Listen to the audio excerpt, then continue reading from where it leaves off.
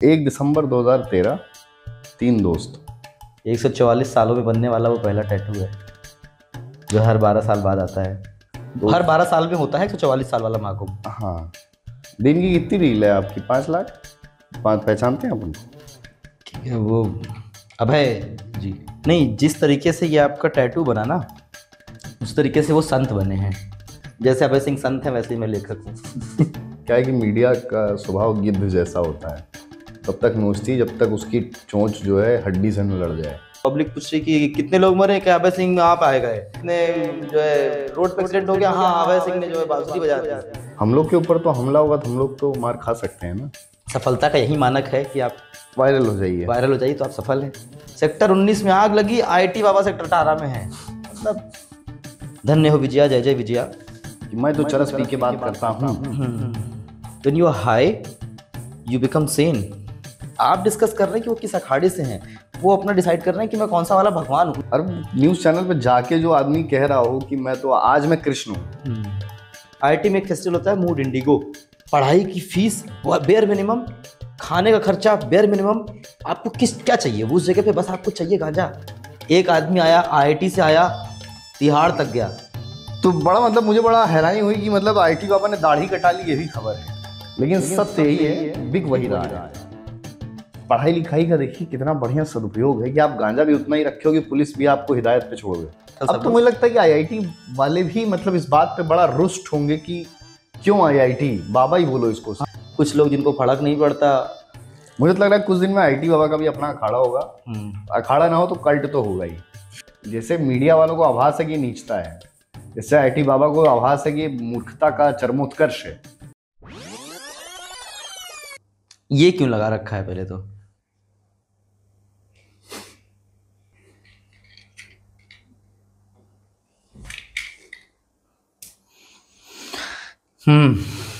Looks like a plan.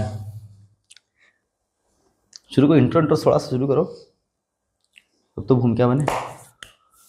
क्या है कि इस तरह के वीडियोस में इंट्रो की जरूरत नहीं होती है। चश्मा अच्छा लग रहा है। थैंक्स। इस तरह की वीडियोस मैं करता भी नहीं हूँ। इनफैक्ट मैं किस तरीके की वीडियो नहीं करता हूँ। ये तो बचपन की दोस्ती के कस्में वादे हैं जो इंसान निभा दे रहा है। ये बात तो आप खुद ही एडमिट कर रहे हैं, हम बचपन के दोस्त। तुम्हारी हरकतें बता रही हैं। नहीं, मैं इसको प्रूव कर सकता हूँ ना, इसको मैं ऑन कैमरा प्रूव कर सकता हूँ कि हम बचपन के दोस्त हैं। दरअसल किसी को प्रूव करने की जरूरत ही नहीं, वो दिखता है। नहीं, ये टैटू नहीं दिखता ना। कौन सा? ये टैटू आपका ऑन कैमरा गया है कि नहीं? नहीं, अच्छी चीजें मैं कैमरे पे नहीं दिख रहा। तो खैर, टैटू वैटू तो ठीक ही है यार। जिंदगी की गलतियों की तरफ ज्यादा गौर नहीं फरमाना चाहिए। जिंदगी की गलतियां मतलब ये आपको लगता है कि जिंदगी की गलती की तरफ गौर नहीं फरमाना चाहिए? 1 दिसंबर 2013, 3 दोस्त ये तय करते हैं कि हाथ उनका खाली है। खाली हाथ पे कुछ रंग भले ना हो लेकिन आकृति होनी चाहिए।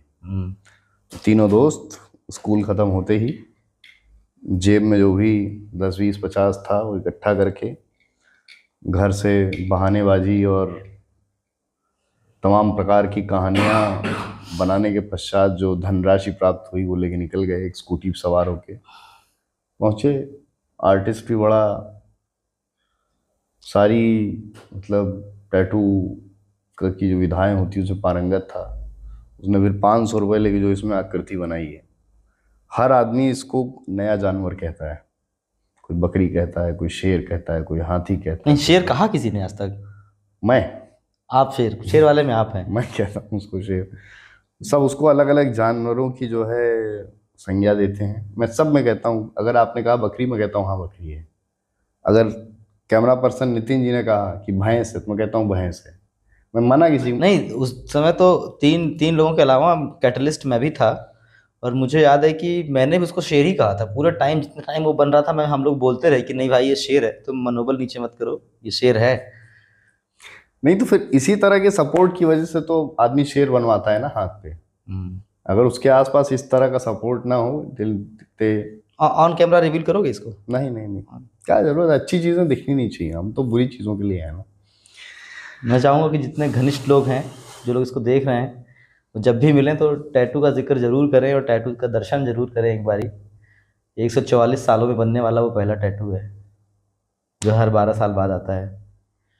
144 साल से याद आया कि अभी जैसे देवताओं और असुरों के बीच जब समुद्र मंथन हुआ तो उसमें रत्न निकले, लेकिन महाकुंभ जो 144 वर्ष में एक बार होता है ऐसा सरकार कहती है।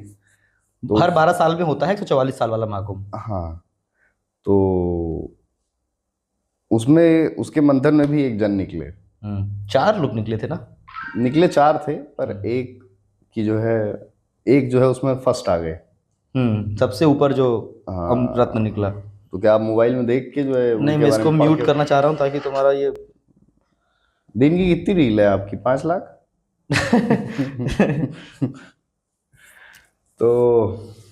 तो भाई साहब बड़े आज मतलब वो फर्स्ट आ गए टीआरपी की रेस में।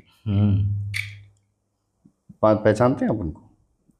वो अभय जी, अभय सिंह। 1008 नहीं, 1008 तो क्या आगे हैं वो? 1999। 1008 से बहुत ऊपर उठ चुके हैं वो। कभी आपने उनका डांस देखा है? मुझे तो पर मतलब डिफरेंटली एबल्ड लगते हैं डांस करते हुए कभी कभी वो। नहीं, डांस की गलती नहीं है इसमें सब इंसान वो उनकी जो बांसुरी बजाते हैं, जो डांस करते हैं, जो भजन गाते हैं, सब कुछ उनका मनमोहक है। एक महिला पत्रकार उनके बगल में बैठ के पूछती है क्या आप बांसुरी बजा लेते हैं? बड़ा इठलाते हुए, तो भी न शर्माते हुए कहते हैं हाँ। फिर बजाते हैं वो बांसुरी। कैसी बजाते हैं वहां तक मैंने वीडियो देखा नहीं, पर ये संवाद देख के ही मेरी तबीयत हरी हो। नहीं, जिस तरीके से ये आपका टैटू बना ना, उस तरीके से वो संत बने हैं। मुझे लगता है कि उनके भी कुछ दोस्त रहे होंगे जिन्होंने बताया होगा कि तुम संत बन जाओ। बहुत मजा है इसमें। तो भाषा आपकी तो इतनी सुंदर है कि आप फिर रिस्क ले नहीं सकते थे व्याकरणिक रूप से गलत होने। हाँ, तो आपकी किताब भी है। नहीं, उसका वो भी मेरी अभय सिंह जैसी एक, जैसे अभय सिंह संत है वैसे ही मैं लेखक हूँ।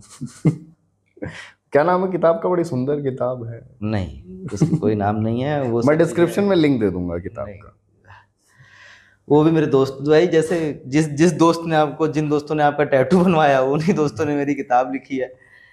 खैर, अभय सिंह पे आते हैं यार। What a gem character, what a gem personality I would say. आपको पता है बड़े मतलब मशक्कत, जैसे क्या है कि मीडिया का स्वभाव गिद्ध जैसा होता है, तब तक नोचती जब तक उसकी चोंच जो है हड्डी से न लड़ जाए। तो मीडिया उसको उसी तरह ही गिद्ध माफिक नोच रही है जब तक। बहुत लोग बोलते हैं मुझे, कुछ लोग मतलब एक दो सवाल है। पहला तो ये कि आपका इंटरव्यू नहीं हुआ उनसे। हाँ, है ना? नहीं हुआ। और दूसरा ये कि मीडिया के ही कुछ लोग मुझे बताते हैं कि इनको सरकार ने भेजा है। किसको? अभय सिंह जी को, ताकि जो ये एक्सीडेंट हो रहे हैं उस पर पब्लिक सवाल उठाए, तो फिर घूम फिर के पब्लिक पूछ रही कि कितने लोग मरे, क्या अभय सिंह आप आए गए? फिर बोले कि कितने जो है रोड पे एक्सीडेंट हो गया, हाँ अभय सिंह ने जो है बांसुरी बजा दी। फिर 4 लोगों को मनोनीत करके उनको सरकारी एजेंट के तौर पे ये लोग भेजे गए थे, ये और वो नीली आँख और ममता जी ममता जी। हाँ। चौथा कौन था? हिमांगी सखी। ऐसे नाम ले सकते हैं क्या हम लोग? क्यों नहीं ले सकते? अच्छा, हम लोग के ऊपर तो हमला होगा तो हम लोग तो मार खा सकते हैं ना। नहीं, मैं नहीं मार खा सकता ना भाई। मैं दूसरा सफेद चश्मा खरीदिएगा। घर का बड़ा लड़का हूँ ना, मार खाते हुए बड़ा नहीं लगूंगा। अच्छा हाँ, तुम भी तो बड़े हो। हम लोग बस ऐसे खैर, इतने महान लोग हैं कि लोग मारने भी चले आएंगे तो भी हम लोग का 2-4 रील कट जाएगा, वायरल हो जाएंगे। आजकल तो जो है सफलता का यही मानक है कि आप वायरल हो जाइए तो आप सफल हैं। नहीं तो अभय सिंह, लेकिन क्या देखिए, अभय सिंह के इर्द गिर्द जो मीडिया ने नेक्सस बनाया बड़ा स्ट्रांग था। मतलब आपको जानकर हैरानी होगी, मुझे जब ये पता लगा एज अ खुद को अभी मैं मीडिया पर्सन तो नहीं कह सकता, क्योंकि उसके लिए भाई आप एक सर्टेन नॉर्म्स हैं एक्रेडिटेड होने के लिए और पत्रकार कहलाने के लिए। तो उसको मैंने बहुत ट्राई किया तब, ऑनेस्टली स्पीकिंग, क्योंकि भाई सबको फैसिनेशन होती है कि कौन है भाई, देखें क्या है कि वो साइंस को और रिलीजन को, स्पिरिचुअलिटी को इतना जोड़ के बात कर रहा है। शुरू शुरू में तो सबको भाई क्यूरियोसिटी थी। मैं मेले में घूमता था तो लोग मुझसे पूछते थे कि वो आप प्रेस वाले हैं, वो आप आईटी बाबा कहाँ मिलेंगे, हाँ कहाँ मिलेंगे, आप उनको जानते हो क्या? तो मुझे जवाब देने में कोई गुरेज नहीं था, क्योंकि उस समय तो हमारे लिए भी भाई जिज्ञासा का विषय था। जब मैंने कोशिश की तो मुझे जो है सबकी तरफ से या तो लोगों ने टाला या तो मना कर दिया कि भाई हम नहीं जानते, जबकि उन्होंने इंटरव्यू किया था। तो मुझे बाद में रियलाइज हुआ, एक मुझे ऐसे ही यूट्यूबर ने बताया कि एक ही 2 ही 3 लोगों के पास उनका नंबर है, और जितने भी इंटरव्यू लाइन अप होते हैं मेन स्ट्रीम मीडिया के, मतलब बड़े बड़े चैनल्स के, आज तक के, टाइम्स नाउ के, न्यूज़ नेशन के, न्यूज़ 24 के, एबीपी न्यूज़ के, वो सब उन्हीं 2-3 पत्रकारों के थ्रू होते हैं। तो कुल मिला के ये सब जिसने एक इंटरव्यू किया वो 2 इंटरव्यू कर रहा है, वो 3 कर रहा है, नया इंटरव्यू करने वाला कोई नहीं आ रहा है। वो क्यों? क्योंकि उन्हीं मीडिया हाउसेज में वो रोटेट हो रहा है।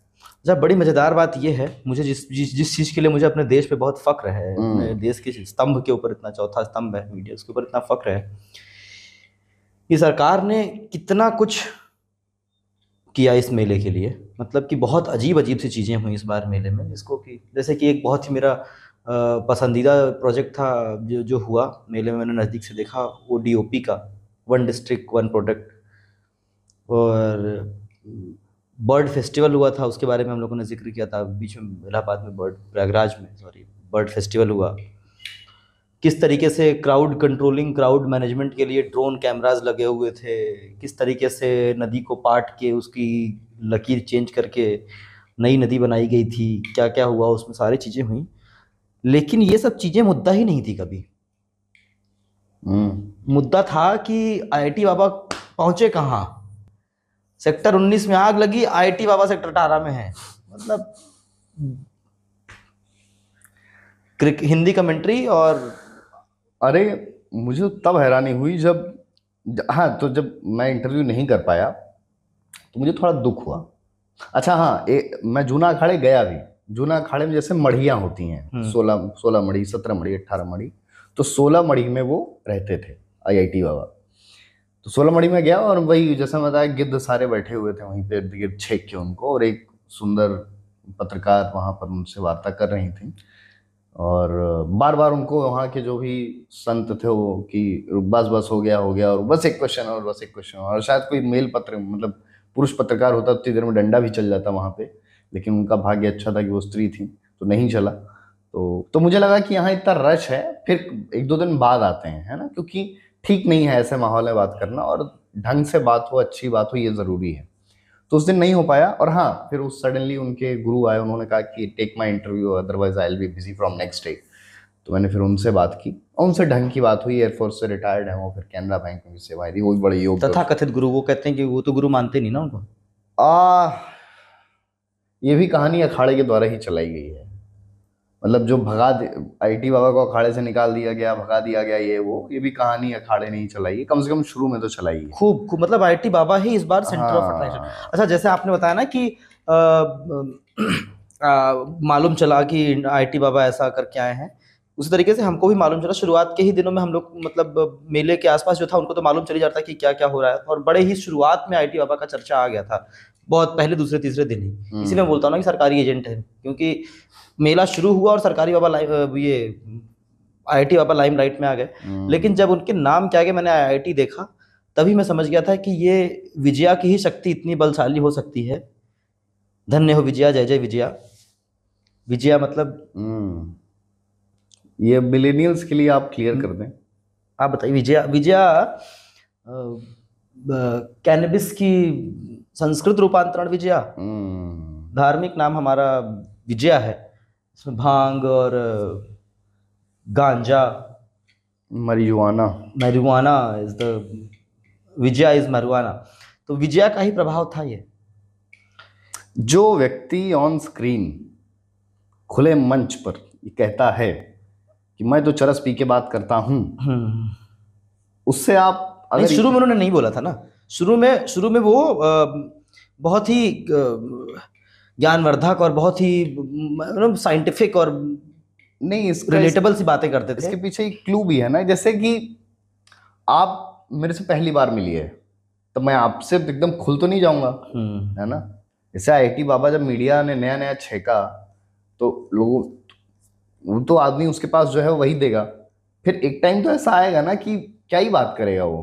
तब कोई भी इंसान 4 इंटरव्यू, 5 इंटरव्यू, 10 इंटरव्यू, 11वें में तो कुछ ना कुछ बोलेगा ना। फिर उसने ये बताना चालू किया कि मेरी गर्लफ्रेंड एक्स ये वो।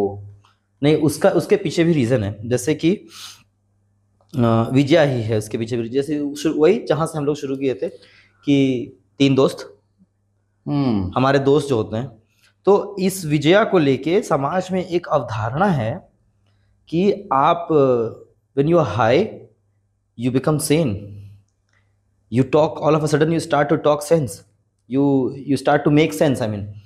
और आप दिमाग की और एकदम भयानक सी बातें करने लगते हैं, आपका दिमाग बुद्धि सब खुल जाता है। लेकिन आपकी बुद्धि उतनी ही रहेगी ना जितनी आपके पास है।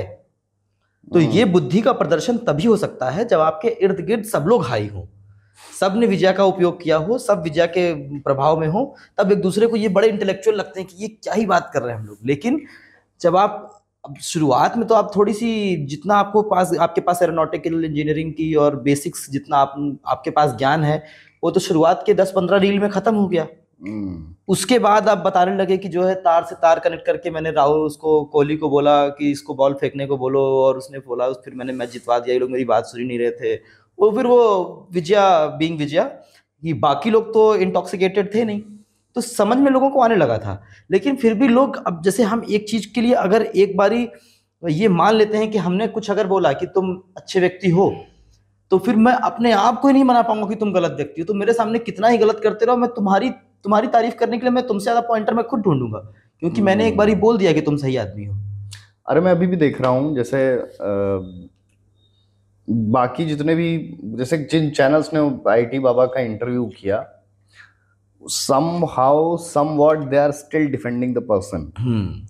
डिफेंड करेंगे ही, डिफेंड करने में कोई दिक्कत नहीं। जैसे भाई आईआईटी, इसके पीछे ये वाला लॉजिक भी चलता है कि अगर आईआईटी से निकल के कोई बाबा ना बने तो क्या बने, अपराधी बने, रेपिस्ट बने, मर्डरर बने। ये लॉजिक भी ठीक है अपनी जगह। नहीं भाई, कोई कहीं से भी निकल के कुछ भी बन सकता है। पहली बात तो ये कि आईआईटी को इतना ग्लोरीफाई करना कि आईआईटी से निकला या आईआईटी में पढ़ा, तो आईआईटी में सर्टेन नंबर, हर आईआईटी, मतलब भारत में कितने सारे आईआईटीज हैं और उन सारे आईआईटीज में कितने सारे कोर्सेज चलते हैं, उन सबको मिला के कितने सारे स्ट्रेंथ हैं। तो आईआईटी का पेपर हम सब ने दिया है। मतलब तुम तो बायो वाले थे ना स्कूल में, मैं तो मैथ्स वाला था। तो हम जितने मैथ्स वाले हैं सब आईआईटी देते हैं। जनरली एक सामाजिक प्रथा है कि आपको जो है नैतिक दायित्व, हाँ, कि आप अगर मैथमेटिक्स हैं तो आपको आईआईटी देना है। तो भैया आईआईटी के पेपर में आपका मैथमेटिक्स, फिजिक्स और केमिस्ट्री टेस्ट होता है। आप कैसे व्यक्ति हैं, या फिर वहां पे नैतिक शिक्षा की क्लास तो चलती नहीं है। वहां पे तो आप, you might be a good engineer, but at the same time a good engineer can be Osama bin Laden. मुझे ये लगता है कि अगर आईआईटी बाबा का विवाह हुआ, अगर होता है तो नहीं, अब तो नहीं होगा भाई। लोग कितनी अच्छी कोई ना कोई तो होगी। इतना बढ़िया सिविल मार्केट में रखने के बाद दुल्हन ढूंढनी पड़ रही है लड़कों को दहेज लेके। कोई ना कोई तो होगी ही जिसको ये नाटक बहुत पसंद आ रहा होगा, क्योंकि इस संसार में मुझे लगता है कि वीरों कमी नहीं है। कोई लड़की खुद जो है चिट्ठियां लिख रही होगी कि बाबा जी आप तो, आपके जो मतलब दाढ़ी से पहले मुझे आप पसंद है शेव्ड फॉर्म में। तो मुझे लगता है कोई ना कोई तो गिरेगी, किसी न किसी का विकेट जरूर गिरेगा। भले मतलब टीम इंडिया नहीं हारी, लेकिन कोई ना कोई लड़की जरूर हारेगी। कितना बेशरम आदमी यार, इसको मतलब एक शर्म हया लिहाज। अच्छा, एक और चीज है, कभी आईआईटी बाबा का अभय सिंह का चंदन देखिए आप, बदलता रहता है, कहीं कुछ भी लगा रहता है। हाँ। अब जबकि मतलब आप जब किसी चीज को समझने लगते हैं तो आपको डूज एंड डोंट्स पता लगते हैं, बेसिक्स पता लगते हैं। जैसे भाई 13 अखाड़े हैं। अरे यार वो आदमी अखाड़ा में, धर्म में, सनातन में, इन सब में कहीं फॉलो ही नहीं करता भाई। उसको यही पता होना चाहिए था कि अगर वो जूना अखाड़े का हिस्सा है, यानी वो शैव संप्रदाय का अखाड़ा है, वहां तिलक लगाने का एक तरीका है। है। आप उसका तिलक देखो। आप यहाँ पे मैं आपसे असहमत हूँ, क्योंकि वो किसी अखाड़े से नहीं है, वो स्वयं कल्कि है ना। उन्होंने बोला कि वो कल्कि है, नौकल वो की विष्णु भगवान के अवतार हाँ, हैं, ये तो वैष्णव अखाड़े की बात हो गई। हाँ, वो नहीं, वो बोले मैं कृष्ण हूँ, मैं शिव हूँ। वो उनका कॉन्सेप्ट अभी आप डिस्कस कर रहे हैं कि वो किस अखाड़े से हैं, वो अपना डिसाइड कर रहे हैं कि मैं कौन सा वाला भगवान हूँ। उनको ये वो श्योर है कि मैं भगवान हूँ, कौन सा वाला भगवान हूँ वो अभी डिसाइड नहीं कर पा रहे हैं। और न्यूज चैनल पे जाके जो आदमी कह रहा हो कि मैं तो आज मैं कृष्ण हूँ, दुग्गल साहब है वो, आज मैं कृष्ण हूँ, मतलब this sounds, I have no clue how it sounds. मतलब अगर कोई इंसान अगर ये कहे कि मैं मोदी हूँ, मुझे ऐसा लगता है कि आईआईटीज में, अब मुझे एक ऐसा, पहले मुझे मालूम था आईआईटी में एक फेस्टिवल होता है मूड इंडिगो। आईआईटी बॉम्बे में मूड इंडिगो करके एक फेस्टिवल होता है, हमारे कॉलेज में भी इसका खूब चाम था। और मूड इंडिगो में जाने के लिए लोग तड़पते थे कि मूड इंडिगो जाना है। और आईआईटी बॉम्बे के वो 3 दिन हमारे जिंदगी के बहुत ही खूबसूरत दिन होते थे। मतलब साल में 3 दिन खूबसूरत मतलब हर तरह से। हाँ, मतलब मैं खुल के बोलूँ तो इतनी सुंदर लड़कियां, और जिस कॉन्सर्ट में जाने के लिए आपको हजारों के टिकट लेने पड़ते हैं, वो कॉन्सर्ट हो रहा है वहां पे, आपके पास पास है, आप वहां पे रुक रहे हैं दिन रात। मतलब एक जैसे बेहतरीन जिंदगी आप इमेजिन कर सकते हैं, वो 3 दिन आईआईटी बॉम्बे देता है आपको। और खाने, वो वहां पे फ्रैंकी बड़ी मस्त मिलती है, 30-35 रुपए के उस टाइम में फ्रैंकी मिलती थी यार। ये और खिचड़ी, दाल खिचड़ी खा लो तुमको मजा आ जाएगा, 20-25 रुपए की दाल खिचड़ी मिलती है। तो मतलब कि इतनी बढ़िया संस्था जहाँ पे आपको पढ़ाई की फीस बेयर मिनिमम, खाने का खर्चा बेयर मिनिमम, इंफ्रास्ट्रक्चर बेहतरीन। आपको क्या चाहिए उस जगह पे? बस आपको चाहिए गांजा। गांजा मिल गया, फिर वहां पे वो भी इतना सस्ता कि उसका मुझे लगता है कि आईटी का सप्लायर ही अलग है, डिपार्टमेंट है वहां पे गांजे का कोई, जो है ये इतना बेहतरीन प्रोडक्ट इन लोगों को दे रहा है कि कुछ तो भाई है वो वहां पे। मतलब कि वो कोई किसी को मतलब सेलेना गोमेज बना दे रहा है, किसी को कल्कि बना दे रहा है। सेलेना गोमेज कौन बन गया? कोई लोग मतलब हाँ, रैंडम वहां पे लोगों को भ्रांतियां हैं। हालांकि भारत में प्रतिभा ऐसा नहीं कि मात्र आईआईटी ही निकाल रहा है, प्रतिभाशाली लोग निकलते हैं और सरवाइव करते हैं, जी रहे हैं। और नहीं, इन्हीं संस्थानों से लोग गूगल में सेवाएं देते हाँ, हैं। अभी नहीं, आप देखिए, इसको कनेक्ट करिए, आप क्रोनोलॉजी समझिए। एक आदमी आया, आईआईटी से आया, तिहाड़ तक गया चलते चलते। अभी तक तो पॉलिटिक्स से बात हो नहीं रही थी, बट स्टिल हाँ, जेल तो गया था वो आदमी। नहीं, कौन सा जेल था ये? दिल्ली में तो तिहाड़ है। तिहाड़ है ना, हाँ, तिहाड़ तक गए। तो ये आईआईटी का वो है भाई, ये मतलब निर्माणा है। मुझे लगता है कि आप कहीं से शुरू करते, मुझे लगता है कि ये कहीं ना कहीं पैडलर चेंज नहीं किए, वो स्थिर रह गए अपने विचारों पे। वो अगर आपके घर के आगे के कार्यकर्ता खड़े होके आप तो कुछ दिन में प्रस्थान ले लेंगे, बचेंगे आपके परिजन। तो यदि इस प्रकार की कोई व्यवस्था होती है तो उसके जिम्मेदार आप खुद हैं। नहीं तो ये तो आपके पास आएंगे ना, पहले आपको मारेंगे। नहीं, मेरे पास काट देना भाई इसको, फिर और क्या करें।